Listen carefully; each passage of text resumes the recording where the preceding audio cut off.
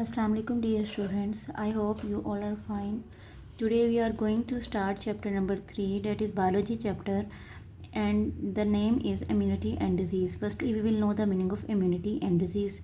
So what is immunity? Immunity क्या है? Immunity is the ability of a body to fight against any disease, viral or bacterial infection. Disease क्या है? Disease is the abnormal condition of body. तो dear students, इस chapter में हम लोग ये डिस्कस करेंगे कि डिज़ीज़ कैसे कोज होती है और कौन सी ऐसी चीज़ें हैं जो डिज़ीज़ कोज करेंगी. तो एक बात आप याद रखें, डिज़ीज़ जो है ये पैथोजिन कोज करते हैं. पैथोजिन्स क्या हैं? पैथोजिन्स ऐसे माइक्रो ऑर्गेनिजम्स हैं जो कि डिज़ीज़ या बीमारी कोज करेंगे, like virus, bacteria and fungi. These are the major pathogens which can cause the disease in plants, human beings and many other animals. So we also have the communicable diseases. ये जो diseases हैं इनके नाम से ही पता चल रहा है कि they can spread through the communication. Communicable diseases are caused either directly by the pathogens or by toxic material made by a pathogen. The pathogen can be passed from one infected individual to another individual who does not have a disease. Some communicable diseases like fairly mild fever, cold, tonsillitis, killers and tetanus and influenza. तो dear students, एक बात याद रखें, जो communicable disease हैं ये communicate करने से एक दूसरे ये कम्युनिकेशन के थ्रू स्प्रेड करती हैं. और ये ऐसे जैसे अगर कोई इन्फेक्टेड पर्सन है और उसने हेल्दी पर्सन को या ऐसे इंडिविजुअल को पैथोजन ऐसे एक इन्फेक्टेड पर्सन से हेल्दी पर्सन में ट्रांसफ़र हो गया तो बच्चों ये तब भी वहाँ पे डिजीज़ कोज करेगा. तो जैसे यहाँ पे आपको मैंने बताया टेम्परेचर की फीवर, टेटनस या इन्फ्लुएंजा जिसे ज़ुकाम वगैरह कहा जाता है, ये ऐसी बीमारियाँ हैं जो एक इंसान से दूसरे इंसान में ट्रांसफ़र हो जाती हैं, तो इन्हें कम्युनिकेबल डिजीज़ कहा जाता है. तो डियर स्टूडेंट्स, सबसे पहले हम यहाँ पे बात करते हैं बैक्टीरिया की कि बैक्टीरिया क्या है. बैक्टीरिया एक पैथोजेंस है और आपको यहाँ पे आपकी किताब में एक बैक्टीरिया की पिक्चर भी दिखाई गई है. और इस पिक्चर को देखें तो आपको यहाँ पे बैक्टीरिया की डायग्राम नज़र आ रही है. बैक्टीरिया को देखने के लिए हमें एक माइक्रोस्कोप की ज़रूरत पड़ती है. अब बैक्टीरिया क्या है? Bacteria are the single celled living organisms that are much smaller than the animal and plant cells. Bacteria are used to make food such as yogurt and cheese, to treat sewage and to make medicines. Bacteria are also important both in the environment as decomposers and in our body. तो dear students, आप ये याद रखें बात कि खाली bacteria जो है ये पैथोजेनिक बैक्टीरिया नहीं है, बल्कि बैक्टीरिया जो है बहुत सारे गुड पर्पसेस के लिए भी इस्तेमाल किया जा रहा है. आजकल बायोटेक्नोलॉजी की फील्ड में बैक्टीरिया का बहुत ज़्यादा इस्तेमाल है और इस बैक्टीरिया से हम इंसानों की बीमारियों को ही ठीक करने के लिए मेडिसिन तैयार कर रहे हैं. जैसे कि इंसुलिन है, वो बैक्टीरिया की हेल्प से तैयार की जाती है. तो बच्चों, योगर्ट और चीज़ भी आजकल बैक्टीरिया से ही तैयार की जा रही है. हमारे इन्वायरमेंट में बैक्टीरिया एज अ डीकम्पोज़र भी इस्तेमाल किया जाता है. तो बच्चों, देखा जाए तो बैक्टीरिया जो है हमारे इन्वायरमेंट में and even in our body भी ये बेनिफिशियल है. तो बच्चों, यहाँ पे कह रहे हैं scientist estimate that most people have between 1 to 2 kg of bacteria in their guts, and they are rapidly discovering that these bacteria have a major effect on our health and well-being. Scientist जो है आज इस बात का estimate लगा चुके हैं कि 1 to 2 kg bacteria human beings के गट्स में मौजूद हैं. गट कहते हैं इंटरनल बॉडी ऑर्गन्स को, और ये वहाँ पर रैपिडली बड़ी तेज़ी से ग्रो कर रहे हैं और हमारी हेल्थ को बेहतर बनाते हैं. बच्चों, अगर हम बात करें ना हमारे इंटेस्टाइन की, तो इंटेस्टाइन हमारी गट का एक पार्ट है, एक ऑर्गन है. तो इंटेस्टाइन में जो बैक्टीरिया मौजूद है और अगर उसमें किसी वजह से कोई इन्फेक्शन हो जाए, कोई ख़राबी हो जाए, तो बच्चों वहाँ पर वो बीमारी कोज हो जाती है, जैसे कि डायरिया वगैरह. तो बच्चों, ये जो है आगे हम देखते हैं पैथोजेनिक बैक्टीरिया जो है ये कम होते हैं, तादाद में कम होते हैं, but they are significant because of the major effects they can have on individual and on society. तो बच्चों, पैथोजेनिक बैक्टीरिया अगरचे कम है लेकिन ये काफ़ी बीमारी कोज कर रहे हैं. Some diseases cause by the bacteria are tuberculosis, whooping cough, typhoid. तो यहाँ पे बच्चों ये जो बैक्टीरियल इन्फेक्शन दिखाए गए बैक्टीरिया की वजह से जो बीमारियाँ होती हैं उनमें ट्यूबरक्लोसिस है, वुपिंग कफ है एंड टाइफॉइड है. और साथ ही साथ डियर स्टूडेंट्स, यहाँ पे देखा जाए तो ये वायरस है. वायरस की आपको एक पिक्चर भी यहाँ पे शेयर की गई है. तो बच्चों, वायरस जो है ये ना तो लिविंग है और ना ही नॉन लिविंग है, लेकिन इनकी क्रिस्टलाइन नेचर की वजह से इन्हें नॉन लिविंग कहा जाता है. और अगर हम बात करें viruses are even smaller than the bacteria, they usually have regular shape है इनकी.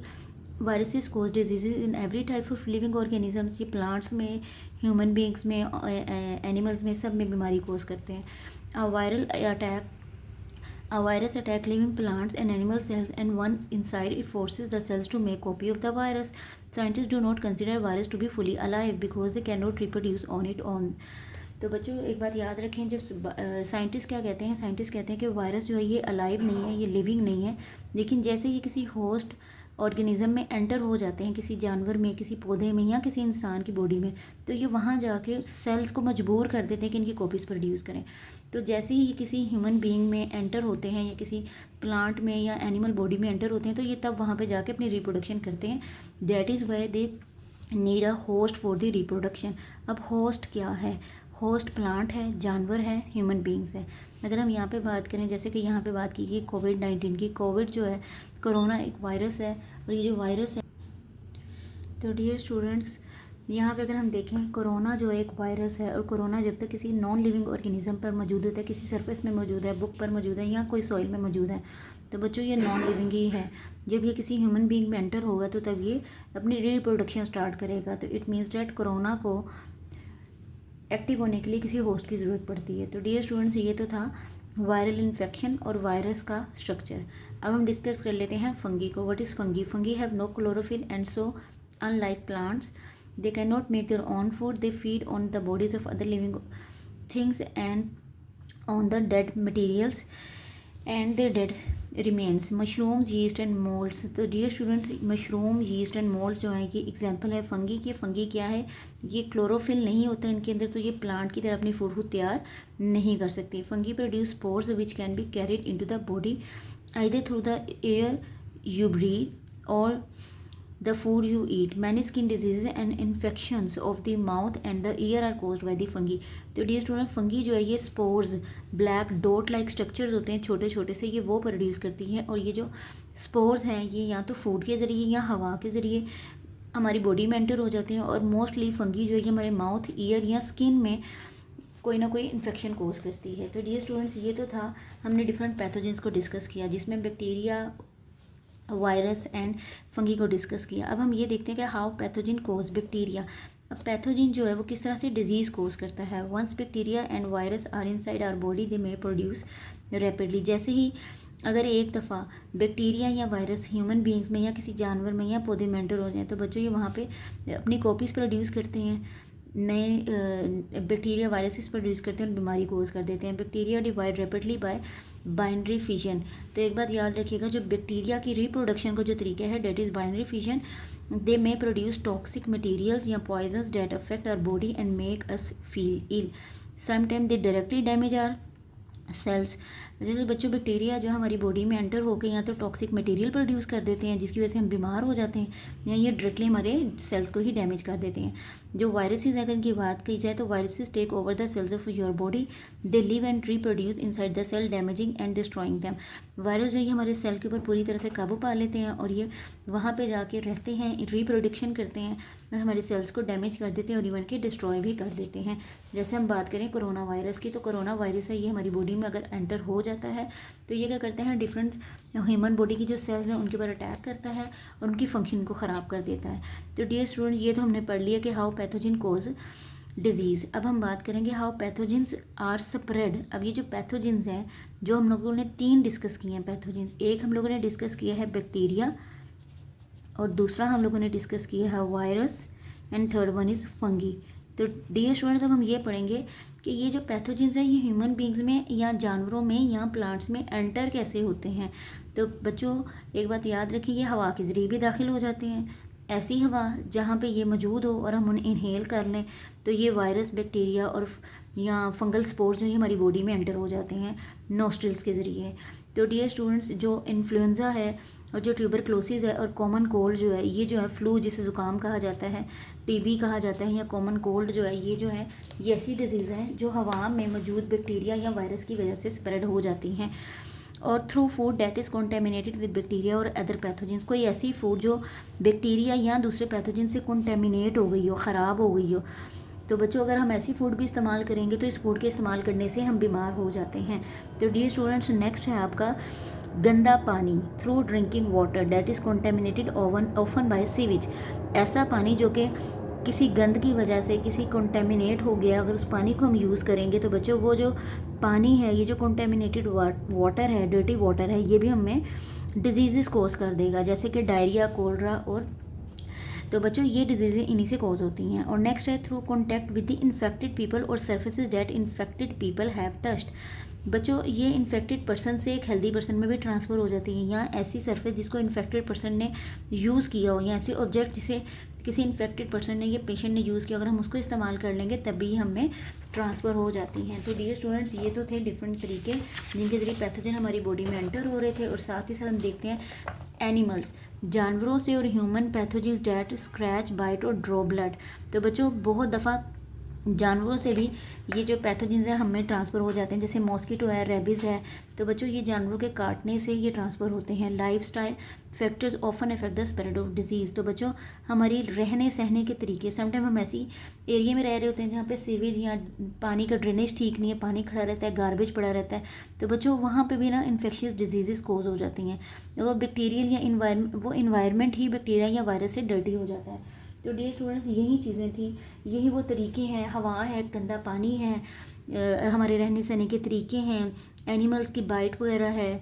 तो बच्चों इन तरीक़ों से, या कोई ऐसी सरफेस या इन्फेक्टेड पर्सन है, पेशेंट्स हैं, अगर हम इन चीज़ों का ख्याल नहीं रखेंगे तो ये डिजीज़ कोज हो जाती हैं, ये डिजीज़ स्प्रेड करती हैं। तो डियर स्टूडेंट्स, आपकी बुक में एक टेबल है जिसमें डिफरेंट डिजीज़ को एक्सप्लेन किया गया, उनके सिम्टम्स मीन अलामतें, उनकी अलामतें बताई गई हैं। डायग्नोस्टिक टेस्ट के अगर हमें कोई सिम्टम हमें नज़र आ रहे हैं, अगर हम उनका डायग्नोस्टिक टेस्ट कौन सा करवा सकते हैं लैब में जाकर या डॉक्टर के प्रिस्क्रिप्शन के अकॉर्डिंग। और साथ ही साथ प्रिवेंशन रेमेडी, हम उनसे बच कैसे सकते हैं। तो डियर स्टूडेंट, जैसे मलेरिया है, टाइफाइड है, मीजल्स, मम्स एंड कोविड-19 है। तो डियर स्टूडेंट, ये तो था हमारा कि आज हम लोगों ने जो डिस्कस किया है, ये हम लोगों ने डिस्कस किया है डिजीज़ के बारे में। और डिजीज़ जो कोज करता है वो पैथोजेंस होता है। पैथोजेंस जो है ये एक माइक्रो ऑर्गेनिज्म है, और हम लोगों ने 3 माइक्रो ऑर्गेनिज्म आज डिस्कस किए हैं, जिनमें बैक्टीरिया है, वायरस है एंड फंगी है। और हम लोगों ने ये डिस्कस किया है कि किस तरह से पैथोजन हमारी बॉडी में बीमारी कोज करते हैं और किस तरह से ये हमारी बॉडी में पैथोजेंस एंटर हो जाते हैं। अच्छा, उसके बाद हमारा टॉपिक आता है टाइप्स ऑफ इम्यूनिटी का। What is immunity? इम्यूनिटी का मतलब है बॉडी का किसी भी वायरल इन्फेक्शन, बैक्टीरियल इन्फेक्शन या फंगल इन्फेक्शन या किसी डिजीज़ के अगेंस्ट बॉडी की जो लड़ने की एबिलिटी है, that is called immunity. And we have there are 2 major types of immunity, 2 major types immunity. एक है इनेट इम्यूनिटी या नेचुरल। कुदरत ने अल्लाह ताला ने हमारी बॉडी में एक इम्यूनिटी रखी है कि अगर कोई वायरस या बैक्टीरिया एंटर हो जाता है तो वो हमारी बॉडी इस तरह की होती है कि उसको अगेंस्ट फाइट करती है, उसको ख़त्म करने की कोशिश करती है। एक होती है एक्वायर्ड इम्यूनिटी और एडेप्टिव इम्यूनिटी। ये हम लोगों ने खुद से हासिल करते हैं। हम अपनी बॉडी को इतना स्ट्रॉन्ग बनाते हैं कि अगर कोई इन केस कोई वायरस या बैक्टीरिया या फंगल इन्फेक्शन हो जाए हमें, तो ये हमारी बॉडी उसको अगेंस्ट फाइट कर सके। एक होती है पैसिव इम्यूनिटी। तो डियर स्टूडेंट्स, इन इम्यूनिटी के टाइप्स को हम डिस्कस करेंगे। तो इनेट इम्यूनिटी की अगर बात की जाए, your innate immunity is there from the time you are born. It protects you throughout your life. The innate immunity system is not specific, but it does not target particular pathogen. Innate immunity consists of, तो बच्चों innate immunity जैसे हमारी skin है, ये by birth हमें मौजूद होती है। ये इम्यूनिटी, ये हमारी बॉडी की अल्लाह ताला ने एक सलाहियत दी है कि हमारी बॉडी जो है पैथोजेंस के अगेंस्ट कुछ ना कुछ फाइट करती है। तो बच्चों सबसे पहले अगर हम बात करें इनेट इम्यूनिटी में, तो एक्सटर्नल डिफेंसेस होते हैं, जैसे कि हमारी स्किन है, ये स्किन, हमारे टीयर्स, हमारे स्टमक एसिड। तो बच्चों ये जो स्किन, टीयर्स और स्टमक एसिड है ना, ये हमारा इनेट इम्यूनिटी में हमारी हेल्प करता है, हमारी बॉडी को नेचुरली इम्यून करता है, स्ट्रॉन्ग करता है। कि अगर जैसे स्किन की अगर हम बात कर लें, तो our skin is a great defensing system. It covers and protect tissue of our body and stop pathogens getting in. हमारी स्किन ही तो है जो डिफरेंट किस्म के पैथोजेंस को, बैक्टीरिया को, वायरस को हमारे अंदर एंटर होने से रोक देती है। तो ये हमारी इनेट इम्यूनिटी ही है। अगर हमारी बॉडी में कोई कट लग जाता है, if you cut your self, your blood clots and forms a scam. तो बच्चों अगर कट लग जाता है तो क्या होता है, थोड़ी देर के बाद आपने देखा होगा वहाँ पे ब्लड जमना स्टार्ट हो जाता है, एक कवरिंग सी बन जाती है। स्कैब का मतलब है ब्लड क्लोटिंग या ब्लड की कवरिंग।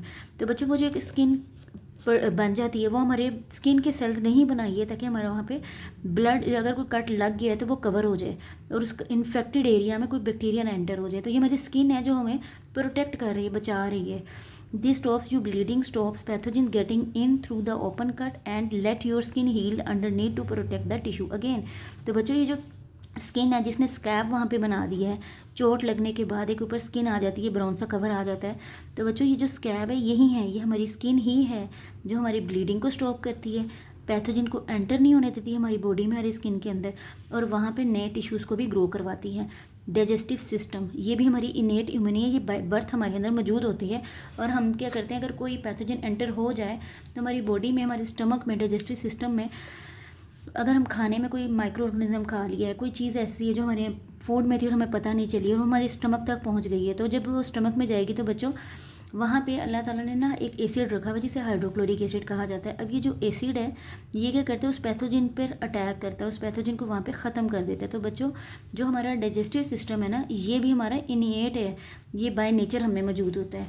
हमारा स्टमक जो है जहाँ पे हाइड्रोक्लोरिक एसिड है ये हमारे बैक्टीरिया वगैरह को किल कर देता है। अब रेस्पिरेटरी सिस्टम, हमारा जो सांस लेने का, जो नोस्ट्रिल्स है, जो नोज़ है, तो बच्चों अब अगर हम बात करें तो the respiratory system is the easiest place for the infections to get into our body because we breathe air containing pathogen into our lungs but our respiratory system has some good defence.